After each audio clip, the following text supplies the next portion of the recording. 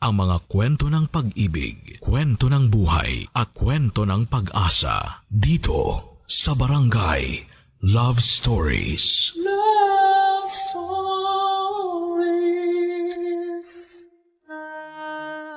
Ang sabi nila, ang kagandahan ng isang lugar ay nakabase sa mga taong nakatira dito. Pero minsan ay hindi lahat ng nakatira sa isang lugar ay puro buhay. May pagkakataon na ang isang lugar ay pinamumugaran din ng mga kaluluwang minsan ding nabuhay sa lugar na yon. Ikaw kabarangay, anong lugar ang pinapaniwalaan mong puno ng kababalaghan? Dear Papa Dudut, La Union ang isa sa mga travel destination na gusto kong mapuntahan. At nabisita ko ang lugar na yon noong 2019. Hindi ko makakalimutan ang experience kong yon sa La Union dahil yon ang unang pagkakataon na nakaramdam ako ng kababalaghan. Tawagin niyo na lamang po ako sa pangalang Aldred. Nagtatrabaho ako bilang computer technician sa isang ospital sa Makati. Matagal ko na talagang gustong puntahan ang La Union, pero dahil sa busy na schedule namin sa trabaho ay natagalan bago ko ito nabisita. Kaya naman noong nasakto ang undas sa long weekend ay ginamit na namin ang opportunity na yon para magbakasyon sa LU. Kasama ang kaibigan kong si Jim ay plinano namin ang long weekend trip namin sa San Juan, La Union. Ako ang natoka sa paghahanap ng transient house na tutuluyan namin samantalang si Jim naman ang gumawa ng itinerary. Mula sa Facebook ay may nakita akong transient house na sikat at aesthetic tingnan. Agad ako nag-book ng 2-bedroom para sa aming dalawa, Papa Dudut. Sa kabilang banda ay naghanap naman si Jim ng mga sikat na kainan, pasyalan at bar na pwede naming puntahan sa 3 araw ng pananatili namin doon. Matapos makumpleto ang pagpaplano ay agad kaming nagpunta sa pinapangarap kong lugar. Matapos kaming mag-file ng leave sa aming mga trabaho.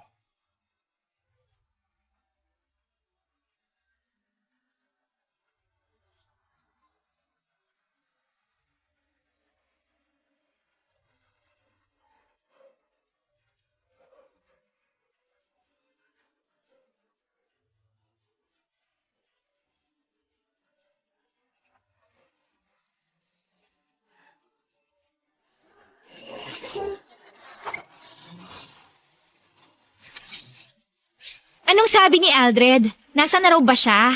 Nandito na raw. Pababa na ng sasakyan. Tagal naman. Ang usapan, 8:30 ng umaga nandito na dapat sa bus terminal. Pero mas nauna pa ako kaysa sa inyong dalawa. Maaga pa naman. Oh, siya na ba yun? Nasaan? Ayun oh, yung nakaputi na may dalang maliit na luggage. Oo, siya nga. Aldred! Nandito kami! Nandyan pala kayo. Kanina pa ako naghahanap.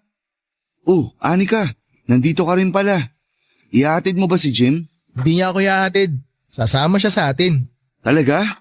Oo, nung nalaman ko pupunta kayo ng LU, nag-leave din kagad ako sa trabaho. Mabuti nga pinayagan ako kahit na last minute yung abiso ko. Nice! Mas marami, mas masaya. Excited na nga ako Last month, dun din galing yung mga katrabaho ko. Nakakaingit nga kasi hindi ako nakasama. Kaya nga talagang sinabi ko rito kay Jim na sasama ako sa inyo anuman ang mangyari. Ayoko nga sana kasi for the boys lang dapat tong lakad natin na to. Kaso mapilit tong si Anika Anong gusto mo? Ikaw lang magsaya. Di pwede yun, no? Maganda nga yun Kasi at least may kahati na tayo sa gastos. Ay nako, kahit sa akin na yung accommodation kung gusto nyo. Ay teka, may nahanap ka na bang matutuluyan natin doon? Oo, nakapag-book na ako. Maganda yung lugar. Sakto kasi 2-bedroom yung nakuha ko. Kaya may kanya-kanya tayong privacy. Alam ko namang sinadya mo yun. Para kung sakaling may makilala kang babae, dun mo iuuwi. Loko, ayaw lang kitang makatabi sa pagtulog. Kasi malakas kang humilik. Asus! Palusot pa. Ano pang ginagawa natin? Bili na tayo ng tiket. Nakabili na kami. Nung nakita naming maraming tao kanina, pumila na kagad kami habang inaantay ka namin. Oh, ticket mo. Salamat. Anong oras naman tayo aalis? 10:00 yung susunod na trip.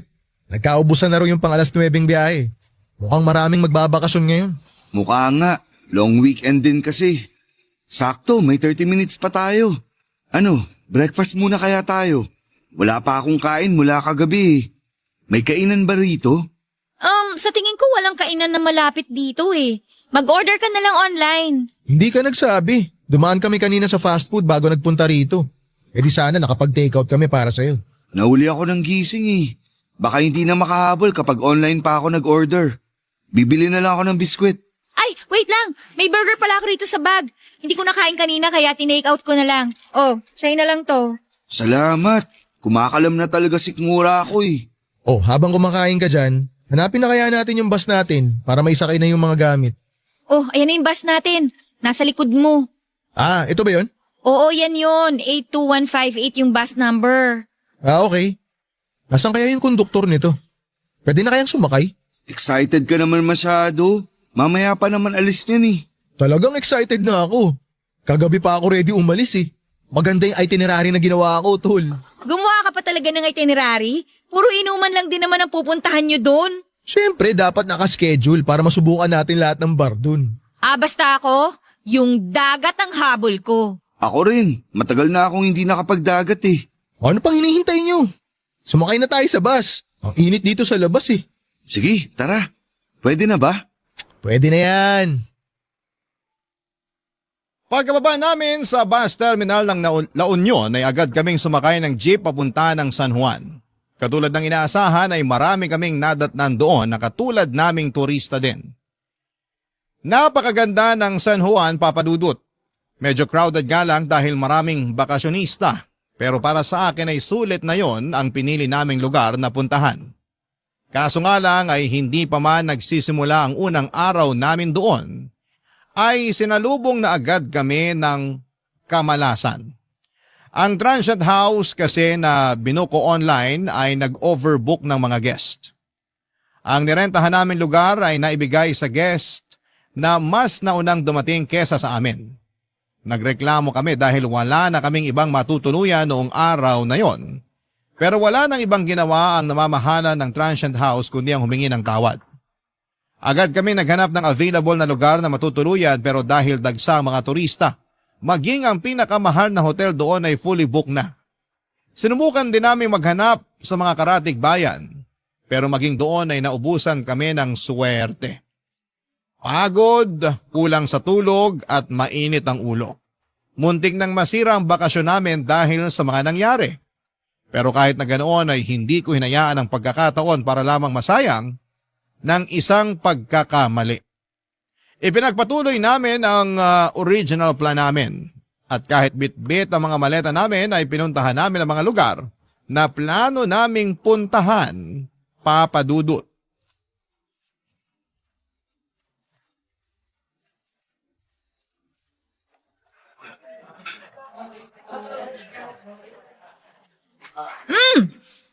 In fairness ha, medyo mahal pero masarap tong kape nila dito ha. Isa to sa mga resto na talagang dinadayo dito sa La Union. Nagbasa ako ng mga comments sa pagkain nila rito. Marami ang good reviews sa page nila. Hindi siya matamis pero hindi rin naman masyadong mapait. Sakto lang yung lasa. Nako, sure ako, magugustuhan to ng mga coffee lover. May isa pa dito na masarap din ang kape. Check ko mamaya sa listahan ko. Uy, Aldred, ang tahimik mo naman dyan. Nagche-check ako ng matutuluyan. Baka may available na. Dapat pala dinala ko na lang yung sasakyan ko para kahit papano pwede tayo matulog doon kung sakali. Ay, kasalanan to nung may-ari ng transient house eh. Bakit kasi nag-overbook sila ng customer? Nakakainis nga eh. Pasensya na talaga ah. Ako pa naman ang nakatoka sa accommodation. Hindi mo naman kasalanan eh. Pero kung ako lang ang masusunod, maglalatag na ako rin sa lobby. Bahala na mabala yung may-ari. Nakakatawa yun. Sana nga ganun na lang ang ginawa natin. Diba? Kasalanan naman yun ng may-ari eh. Di magdusa sila. Ma'am, sir, order niyo po. Smoked bangus, stuffed squid, garlic butter soup po, tsaka 3 rice. Order complete po. Opo, kumpleto na. Thank you po, kuya. Welcome po. Kung may order pa po kayo, tawagin niyo lang ako. Salamat po. Bango! Enjoy your meal po. Kuya, sandali lang. Yes, sir? Baka naman may iba ka pang alam na hotel dito or transient house na pwedeng mag-walk-in. Yung binook kasi naming transient, hindi pala na-reserve. Wala tuloy kaming matutuluyan ngayon. Dito po sa tapat, sir. May paupahan dyan. Na-check niyo na po ba? Nalibot na namin yung buong lugar dito eh. Punuan na talaga. Ah, ganun po. Nagbabaka sakali lang ako na baka may alam ka pang nakatago dyan na available. Kahit boarding house na kung meron. May alam po ako pero medyo malayo siya rito. Ayun, may alam daw si kuya. Okay lang tol kahit malayo. Ang mahalaga may matutulugan tayo ngayong gabi. Isang sakay lang naman po ng jeep tapos tricycle. Tabing dagat din po pero malayo siya rito sa mga kainan. Medyo paliblib na yung lugar. Basta may maayos na CR, okay na ako doon. Gusto ko na nga rin talagang maligo eh. May kontak ka ba nung may-ari para matawagan na namin? Baka kasi maunahan na naman kami. Huwag po kayo mag-alala. Ako po yung caretaker doon. Bakante pa yung lugar. Talaga? Nice! Kami na kukuha nun. Sige po. Tatawagan ko na lang po yung kapatid ko para malinis niya yung lugar. Anong pangalan ng place para ma-search ko sa map? Wala po siya sa online maps eh. Pero kung maantay niyo ako, pwede ko po kayong samahan mamayang break ko kung gusto niyo. O sige, mas maganda yun. Pero may signal naman ng cellphone doon, kuya. Meron naman po, ma'am. O yun lang naman po ang kailangan ko, tsaka maayos na banyo. Masaya na po ako doon. Naku, salamat. Hulog ka ng langit. Ano palang pangalan mo? Sunny Boy po. Ako naman si Aldred. Siya si Jim, tapos si Anika. Hello po, nice to meet you. Nice to meet you din po. Sige po, maiwan ko na muna kayo para matawagan ko na yung kapatid ko at maihanda yung lugar. O sige, salamat Sunny Boy. Oh my gosh! Sa wakas, may place na tayo! Mabuti na lang naisip kong tanungin si kuya. Oo nga, buti na tanong mo si kuya. Inaantok na rin ako eh. Gusto ko sanang umidlip bago manood ng sunset mamaya. Ako, kanina ko pag gustong maligo sa dagat. Ako, gutom na ako. Kumain na tayo. Mukhang masarap tong pusit na to ah.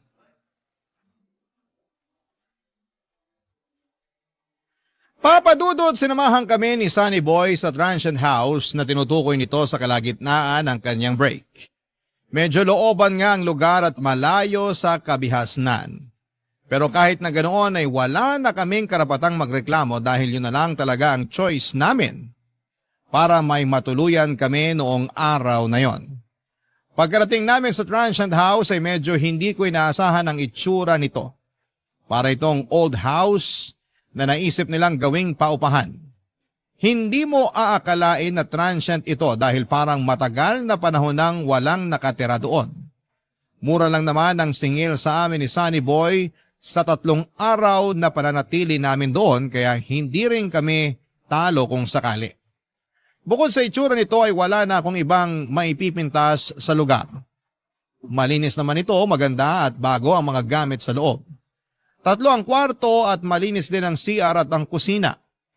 May mga nakahanda na ring lutuan, may TV at meron ding aircon ang bawat kwarto.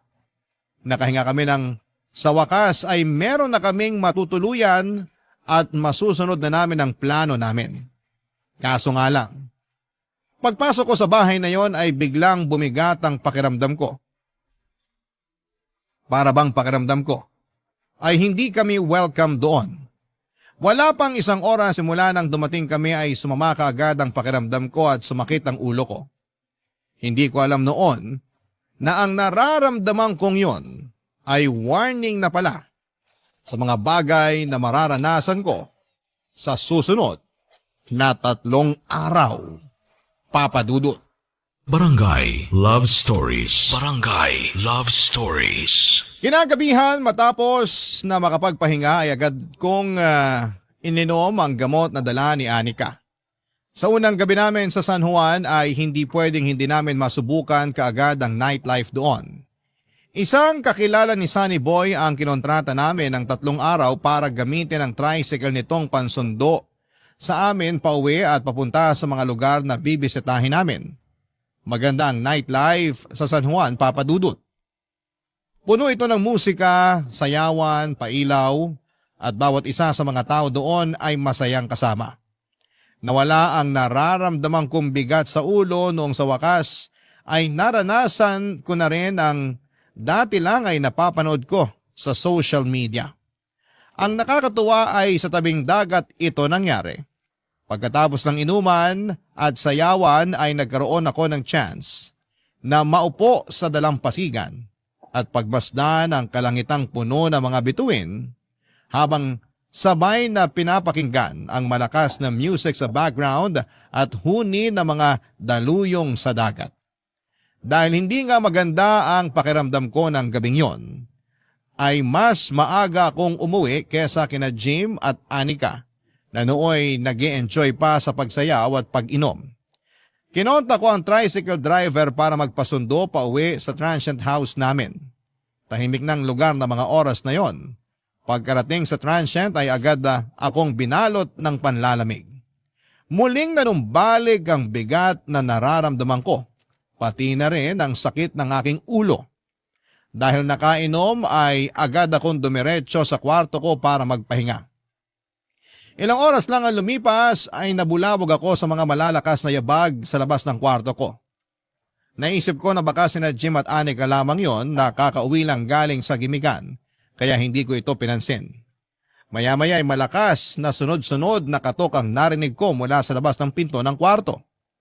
Agad akong bumangon para buksan ito, Papa Dudut, pero sinalubong ako ng katahimikan. Lumabas ako para kumuha ng maiinom sa kusina at saka nagpunta sa kwarto nila Jim at Anika para sana humingi ulit ng gamot. Pero nung tingnan ko ang kwarto nila ay walang tao doon. Mag-isa lamang pala ako sa transient house ng mga oras na yon. At kung kanino galing ang mga yabag at katok na narinig ko, ay hindi ko na alam, Papa Dudut.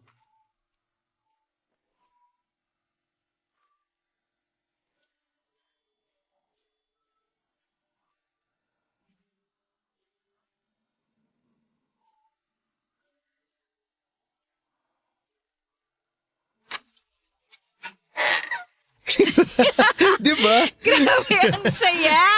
Oh, Aldred, ang aga mo nagising ah. Kauuwi nyo lang? Oo, doon kami natulog sa tabing dagat. Paano? Literal na dun kayo sa buhangin natulog? Hindi. May nakilala kasi kaming grupo ng mga BPO employee na nagbabakasyon din. Jumoin kami sa kanila tapos doon na rin kami natulog kasi may dala silang mga tent. Ang saya nga sayang hindi mo sila nakilala. Magkikita-kita ulit kami mamayang gabi. Hindi na kasi namin makontak si Manong driver kagabi. Feeling ko tulog na siya nung time na yon kaya no choice na talaga kami kundi matulog na rin doon. As in, hindi kayo umuwi? Hindi, kakauwi lang namin since kagabi. Bakit? Akala ko umuwi kayo saglit tapos lumabas din agad. Bakit naman kami uuwi tapos aalis din? Hindi ko alam. Kagabi kasi, habang natutulog ako, may mga yabag ako narinig sa labas ng kwarto ko. Akala ko kayo yun. Hindi kami yun. Uy, Aldred, huwag mo akong tinatakot ng ganyan. Baka naman si Sunny Boy lang yun. Ano namang gagawin ni Sunny Boy dito ng ganung oras? Aba malay ko. Tapos eto pa, may kumatok din sa kwarto ko. Malakas na katok na para bang nagmamadali. Tapos nung bumangon ako, wala namang tao. Sinek ko yung kwarto nyo. Wala din kayo. Kaya akala ko umuwi kayo tapos umalis din. My gosh, bigla akong tinayuan ng balahibo. Uy, wag ka naman nananakot dyan. Seryoso ako. Alam ko kung ano yung narinig ko. Baka naman nananaginip ka lang. Hindi na nga ako nakatulog simula nun eh. Nagluto na lang ako ng maaga, tsaka inantay ko kayo na makauwi. Di ba nga naman si Sunny Boy ngayon? Baka chinecheck lang niya tayo. Oo nga. Eh di ba dyan lang siya nakatira sa malapit? Hindi naman siguro yun mambubulabog ng ganung oras. Tsaka may trabaho yun sa umaga. Kaya sure akong maaga yun natutulog. Lasing ka lang kaya kung ano-ano naririnig mo. Kumain na nga tayo. Ano ba yung niluto mo? Niluto ko na lang yung dala kong instant noodles. Tsaka yung greenosity nating itlog. Halina kayo, kumain na kayo. Mauna na kayong kumain. Maliligo muna ako. Baho ko na eh. Sige, maligo ka na muna. Ipagtatabi na lang kita. Maupo ka na dyan, Jim. Tol, so ano namang ginawa mo rito kagabi? Nag-uwi ka ng babae, no? Natulog nga lang ako kagabi. Masama pakiramdam ko eh. Tsaka lasing na rin ako kaya wala na akong oras mambabae. Sus! Ako lang naman kausap mo kaya aminin mo na. May kasama kang babae kaya yun yung mga ingay na narinig mo kagabi. Hindi mo lang maalala kasi lasing na lasing ka na. Kahit itanong mo pa kay kuya na naghatid sa akin, wala akong dinalang babae rito. Anong kahit itanong sa kanya, siya nga yung nagkwento sa akin nun. Ano? Sinabi niyang may kasama akong babae kagabi? Oo, nakwento niya sa akin kanina habang nasa biyahe kami ni Anika pa uwi dito. Sabi niya nung ibinaba ka raw niya, may babaeng nag-aantay sa may pinto. Gagi! Wala nga akong kasama kagabi. Mag-isa lang ako rito. Tol, kinuwento niya lang yung nakita niya. Huwag ka na kasing magsinungaling. Ako rin naman eh. Kung hindi ko lang kasama si Anika, mag-uuwi talaga ako ng babae rito. Wala talaga, tol. Mag-isa lang akong umuwi kagabi. O sige na, mag-isa ka na kung mag-isa ka.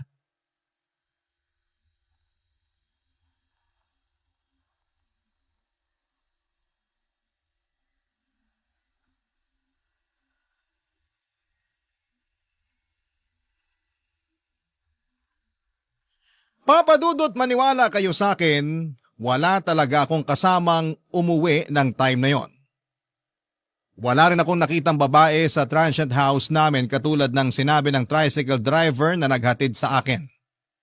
Basta ang alam ko lang ay totoo ang mga narinig ko ng gabing yon at hindi ako nananaginip.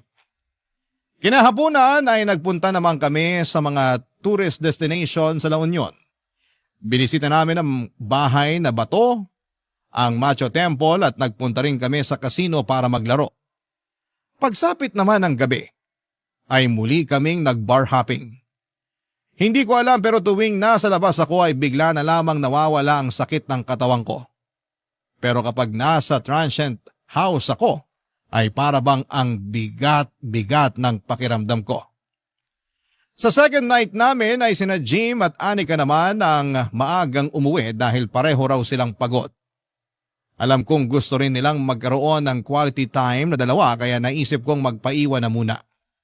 Ipinagpatuloy ko ang pag-inom sa huling bar na pinuntahan namin hanggang sa nagsara ito. Pagsabit naman ng 3:00 ng madaling araw, ay hindi ko na makontak ang tricycle driver na magsusundo sa akin kaya naisip kong mag-commute na lamang. Sumakay ako ng jeep at pagkababa sa lugar ng transient namin ay nilakad ko na lamang ito papadudot dahil wala akong maantay na tricycle na pwedeng sakyan. Walang masyadong ilaw sa daanan papunta sa transient namin. Habang pauwi, pakiramdam ko noon ay may kasama akong naglalakad. Kung hindi lang ako lasing noon ay baka kumaripas na ako ng takbo papunta sa bahay. Pagkarating sa transient ay may nadatnan akong tao sa may sala. Patay ang ilaw. Pero kahit madilim ay alam kong si Anika yon dahil nakasuot ito ng puting dress na mahaba. Tumambay na muna ako sa sala, umupo sa upuan sa harapan niya. Saka ko ikinuwento na naglakad lamang ako pauwi papadudot. Pero hindi niya ako sinasagot. Saglit ako nag-scroll online para mag-Facebook habang nagpapahinga at nung napansin kong hindi umiimik yung kasama ko ay nabaling ang tingin ko sa kanya. Doon ko lamang napagtanto na hindi si Anika ang kasama ko. Isa itong matanda na straight ang pagkakaupo at diretsyong nakatingin sa akin. Lubog ang walang kulay nitong mga mata. Kulubot ang mukha niya at mahaba ang kanyang buhok. Napakaripas ako ng takbo at agad na nagpunta sa kwarto nila Jim para humingi ng tulong.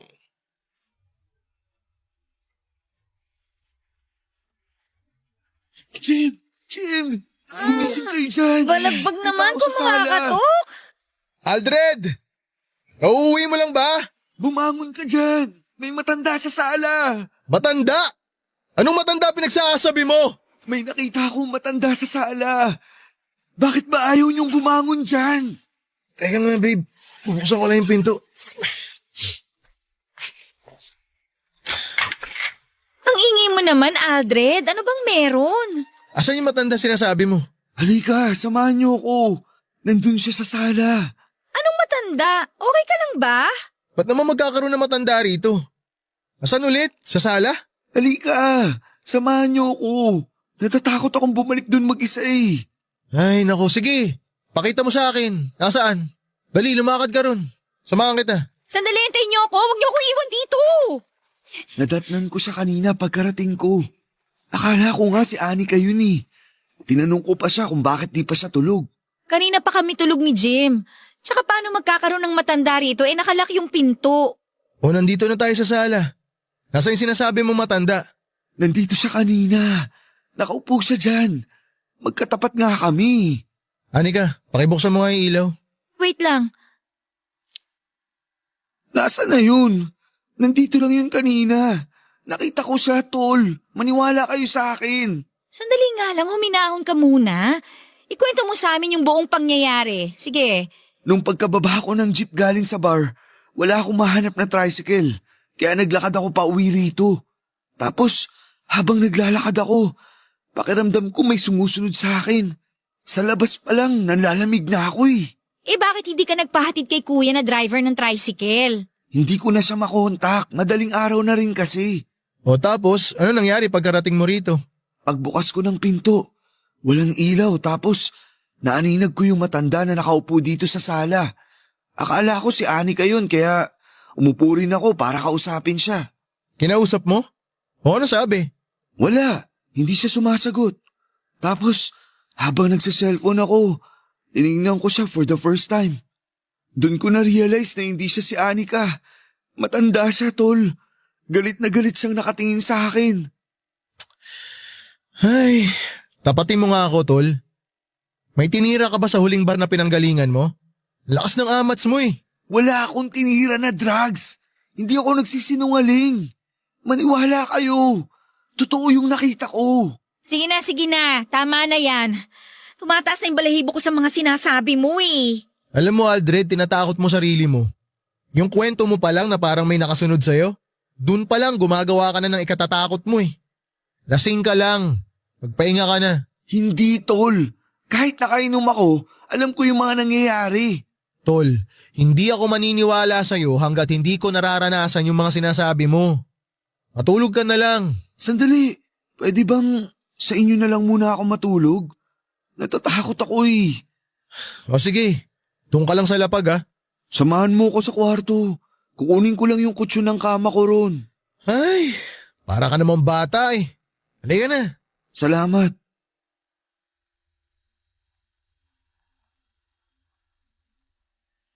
Papadudot kahit nakainom, pagod at kahit kasama ang mga kaibigan ay hindi pa rin ako nakatulog ng gabing yon. Kapag nakapikit ako ay palaging pumapasok ang itsura ng matanda sa isipan ko. Para bang anytime ay bigla na lamang siyang magpapakita sa akin. Pakiramdam ko. Bawat sulok ng kwarto kung saan ay nababaling ang tingin ko ay may nakatayong tao. Kahit na wala naman akong nakikita. Pagsapit ng umaga ay saka lang ako nakatulog. Kaso nga lang ay ilang oras pagkatapos noon ay bigla akong nagkaroon ng masamang panaginip. Nagising ako na hinihingal at pawis na pawis kahit nakabukas naman ang aircon. Wala na noon sina Jim at Anika sa loob ng kwarto at dinig na dinig ko sa labas ang boses ng dalawa habang nagkwekwentuhan. Sinubukan kong bumangon pero hindi ko may galaw ang katawan ko, papadudot. Para ako na-paralyze sa kinakahigaan ko. Maya-maya ay napansin ko ang isang babae na nakatayo hindi kalayuan sa kinakahigaan ko. Biglang bumilis ang tibok ng puso ko nang bigla na lamang itong lumapit sa akin. Hindi ko kita ang mga paa niya pero sa tingin ko ay nakalutang siya. Tumigil siya sa may paanan ko at muli kong nakita mukhang nagbigay sa akin ng trauma. Ang matanda na nakita ko ng madaling araw pag-uwi ko ay ang matanda na nakatayo sa paanan ko. Nakatitig siya sa mga mata ko at galit ang kanyang mga tingin. Gusto kong sumigaw pero walang boses na lumalabas sa bibig ko. Pinilit kong igalaw ang mga kamay ko pero parang wala talaga akong kontrol sa katawan ko ng time na yon. Ang ginawa ko ay pumikit na lamang ako saka nag-usal ng panalangin. Maya-maya ay biglang gumaan ang pakiramdam ko, papadudot. Pagbukas ko ng aking mga mata, ay wala na ang matanda. Nakakagalaw na rin ako at mabilis akong bumangon at hinanap ang mga kaibigan ko. Agad ako nag-ayos ng gamit ko at inaya sina Jim at Anika na maghanap na lamang ng ibang matutuluyan. Barangay Love Stories. Barangay Love Stories. Papadudod sinabihan akong OA ni Jim dahil masyado ko raw pinapalaki yung masamang panaginip ko. Para sa akin ay hindi panaginip ang mga nangyari. Totoo ang mga nakita ko at 2 beses na nagparamdam sa akin ang matandang yon. Pero dahil malapit na rin namang matapos ang bakasyon namin, ay hindi na pumayag sina Anika at Jim na lumipat ng matutuluyan. Total ay uuwi na rin kami at hindi na kami umalis pa sa transient na yon hanggang sa matapos ang bakasyon namin. Wala akong ginawa noon kundi ang bumuntod sa 2 kong kaibigan kahit saan sila magpunta.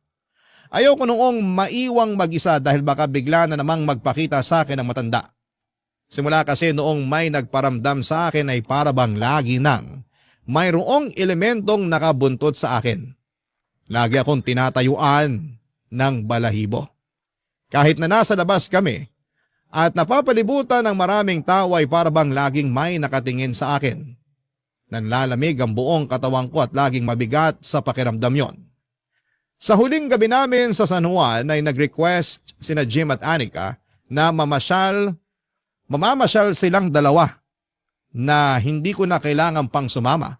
Gusto raw nilang magkaroon ng moment bilang magkasintahan. Ayaw ko sanang pumayag dahil ayaw kong maiwang mag-isa sa transient pero pagod na rin ako noon at masama na rin ang pakiramdam ko. Noong iniwan nila ako ay tumambay lamang ako sa labas ng transient at doon ko hinintay ang pag-uwi ng mga kasama ko. Doon ay nadatnang ko si Sunny Boy na magtitirik sana ng kandila sa harap ng transient, papadudot.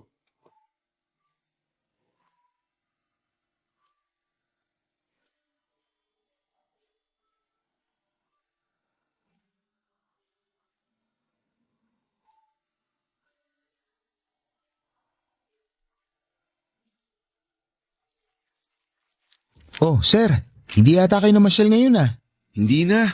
Medyo masama pakiramdam ko eh. Ganun po ba? Sayang naman yung pagpunta nyo rito kung hindi nyo masusulit. Nasulit ko naman na kahit paano. Marami kaming pinuntahan kaya siguro napagod na rin tong katawan ko. Nasaan po pala yung mga kasama nyo? Hindi ba 3 kayo? Lumabas silang 2. Nag-date bago kami bumalik sa Manila bukas. Ang tagal nga nila eh. Kanina ko pa sila hinihintay. Magdidilim na, wala pa sila. Baka pauwi na rin po siguro yung mga yon. Sir, pwede bang pausog kayo ng konti ng pwesto? Magtitirik sana ako ng kandila dyan sa inuupuan nyo eh. Ganun ba? Teka, tatayo na ako. Salamat po. Bakit ka magtitirik ng kandila dyan? Nakalimutan ko kasi magsindi ng kandila ng undas. Kaya ngayon ko na lang gagawin. Para saan naman yan? Nakasanayan na kasi namin dito na magtirik ng kandila sa labas ng bahay pagkatapos bumisita sa sementeryo. Kanina lang ako nakabisita doon kaya ngayon lang din ako magsisindi ng kandila. Talaga? May ganun pala? Akala ko kasi sa sementeryo lang ipinagtitirik ng kandila yung mga namayapa na. Sa pagkakaalam ko po, may mga nagsisindi ng kandila sa labas ng bahay nila kasi naniniwala sila na tuwing undas, dumadalaw daw yung mga yumao sa dati nilang tahanan. Yung kandila raw nagsisilbing liwanag nila sa kabilang buhay. Ganun pala yun. Para kanino naman yung kandilang sinisindihan mo? Para kay Lola Saling. Siya yung dating may-ari nitong bahay na tinutuluyan nyo bago nila naisipang gawing paupahan to. So tama nga ako na dating bahay to. Opo, bahay to ng matanda. Matanda? Hindi kaya siya yung nagpaparamdam sa akin? Ano pong ibig nyo sabihin na nagpaparamdam? 2 beses na siyang nagpapakita sa akin eh. Unang pasok ko pa lang sa bahay na to. Mabigat na talaga pakiramdam ko. Kaya pala... Paano nagpakita? Nagparamdam sa iyo mismo si Lola Saling? Oo, ganun na nga. Nakwento ko na to sa mga kasama ko, pero hindi sila naniwala. Lasing kasi ako eh, nung una siyang nagpakita sa akin. Saan? Dito mismo sa transient? Oo, dun sa sala. Akala ko nga yung kasama naming babae yung nadatnan ko. Sinamahan ko pa nga siya eh. Tapos late ko na na-realize na hindi si Anika yung kasama ko, kundi isang matanda. Tapos kahapon naman, nagpakita siya habang natutulog ako. Nakatayo siya sa paanan ko. Nakatitig sa akin. Galit na galit. Ano itsura niya? Maliit na mahaba ang buhok. Kulubot ang muka at malaki ang mga mata. Mukhang totoo nga yata yung mga sinasabi nila na nagmumulto nga rito si Lola Saling. Ibig mong sabihin, hindi lang ako ang nakaranas nun? Dati na talaga nila sinasabi na may multo sa bahay na to. May isang tanod noon ang nakapansin na may babaeng nakatayo dito sa tapat ng transient. Dito mismo sa kinatatayuan natin. Tapos nung nakaraang taon, may reklamo din yung mga tumuloy dito na marami daw silang naririnig na kalabog sa kalagitnaan ng gabi. Bigla tuloy akong kinilabutan. So, totoo nga yung mga nakita ko? Hindi ko lang guni-guni yun, tulad nung sinasabi sa akin ng mga kasama ko? Hindi ko alam kasi hindi ko pa naman naranasan yung mga nakukwento sa akin. Pero hindi ikaw ang una nagsabi sa akin yan, na nagpaparamdam nga si Lola Saling sa bahay na to. Pakiramdam ko nga, parang nandito siya ngayon eh. Pero mabait naman si Lola Saling. Noong nabubuhay pa siya, isa ako sa mga tinulungan niya para makapag-aral. Kahit na, hindi na dapat siya nandito kasi matagal na siyang patay. Maganda siguro na magdasal na lang tayo para sa kapapayapa ng kaluluwa niya. Mabuti pa nga. Lola Saling, kung nandito ka man ngayon, sana wag mo naman pong gambalain yung mga nandito sa bahay. Opo, aalis na rin naman po kami bukas eh. Pasensya na po kung naabala namin kayo. Mababait po sila kaya wag po kayo mag-alala. Oo nga po. Sir, magdasal na lang po kayo kapag nagparamdam siya ulit. Paano po yan? Maiwan ko na po kayo. Teka, saan ka pupunta? Uuwi na po ako.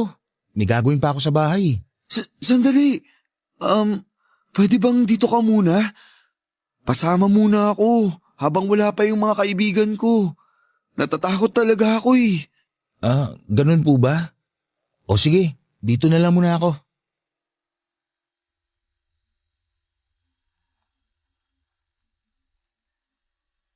Habang wala pa sina Jim at Anika ay sinamahan ako ni Sunny Boy sa transient house. Noon ay naikwento niya sa akin ang naging buhay ni Lola Saling nung nabubuhay pa siya. Kilala na pala na haunted ang transient na tinuluyan namin kaya walang masyadong umuupa doon na tao. Hindi nagpapaniwala si Sunny Boy sa mga multo dahil hindi pa raw niya ito nararanasan. Pero kahit na ganoon ay hindi niya pinagdudahan ang mga kwento ko sa kanya. Simula nung namatay si Lola Saling ay si Sunny Boy na raw ang naging caretaker ng bahay. Malayong kamag-anak si Sunny Boy, si Lola Saling.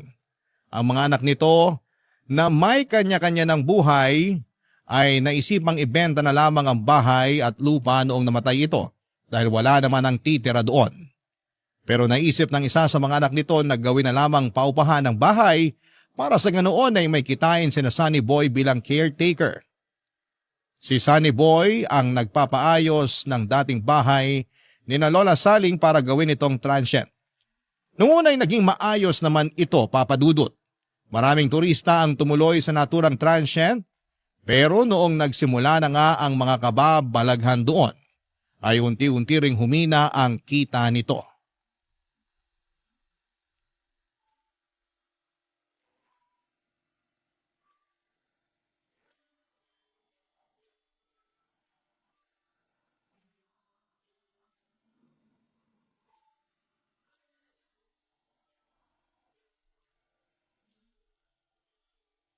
Dating teacher si Lola Saling kaya medyo may pagkamasungit siya, saka istrikta.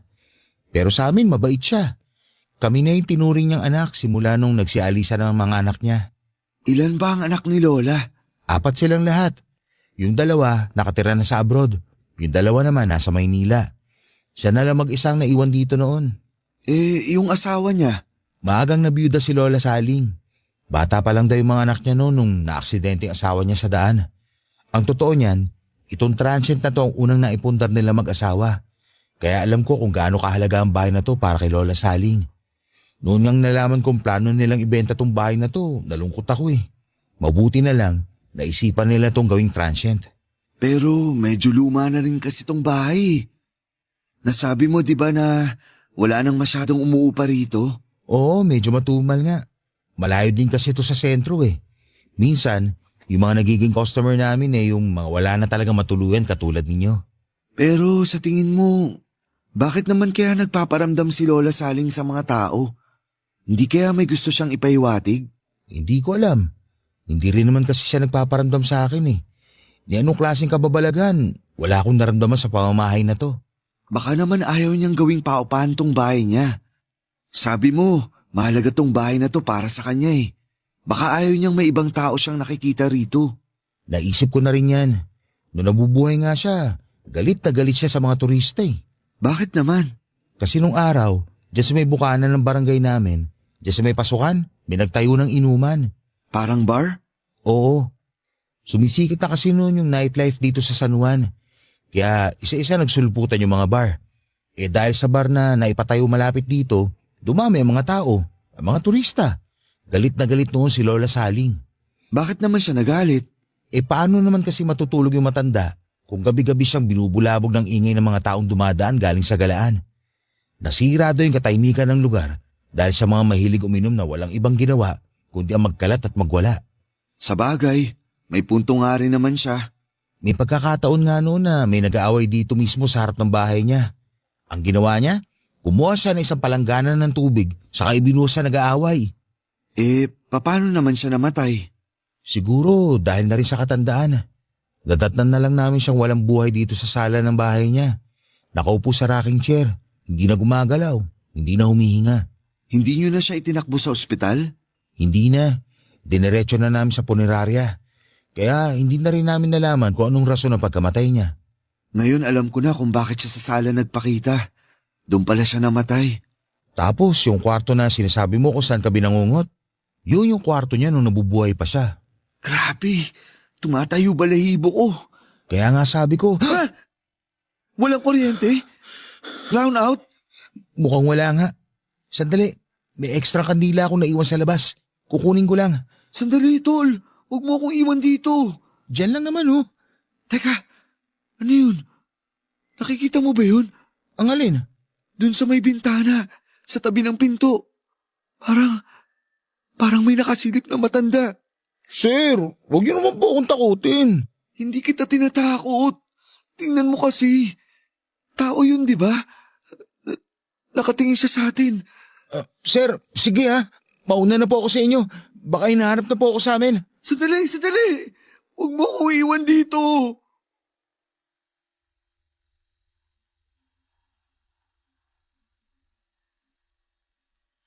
Papadudot, bago kami bumalik sa Maynila ay nagtirik kami ng kandila sa transient para kay Lola Saling. Nanalangin din kami para sa kanyang kaluluwa at humingi ng tawad sa panggagambala sa tahanan niya. Pagkatapos noon ay nagpaalam na kami kay Sunny Boy na noon ay nagsimula na ring matakot sa naturang bahay matapos makaramdam ng kababalaghan. Sobrang lala ng trauma na sinapit ko ng mga panahong yon, sa puntong halos 2 buwan din akong natutulog na bukas ang ilaw. Dumoble noon ang bayad ko sa kuryente dahil bawat sulok ng apartment ko ay nakabukas ang ilaw. Hindi pa rin kasi mawala sa isipan ko noon ang itsura ni Lola Saling noong gabing nagpakita siya sa akin. Paminsan-minsan ay dumadalaw pa rin siya sa panaginip ko. May pagkakataon noon na natatakot ako dahil baka bigla na labang siyang magpakitang muli. Sa kabutihang palad ay hindi naman naulit ang bagay na yon. Sa paparating na araw ng mga patay, sana'y huwag nating kalimutan ang mga kamag-anak nating namayapa na. Ito ang araw kung kailan ay dapat nating alalahanin na minsan din nating silang nakasama sa mundong ito. Dito na po natatapos ang sulat ko sa inyo, Papa Dudut. Maraming salamat po at lagi po kayong mag-iingat. Ang inyong forever, kapuso at kabarangay, Aldred. Barangay Love Stories. Barangay Love Stories. Kwentuhan naman tayo dito sa comment section. Nagustuhan ng iyong napakinggan? Ituloy yan via live stream sa www.gmanetwork.com/radio. Barangay S 97.1 forever.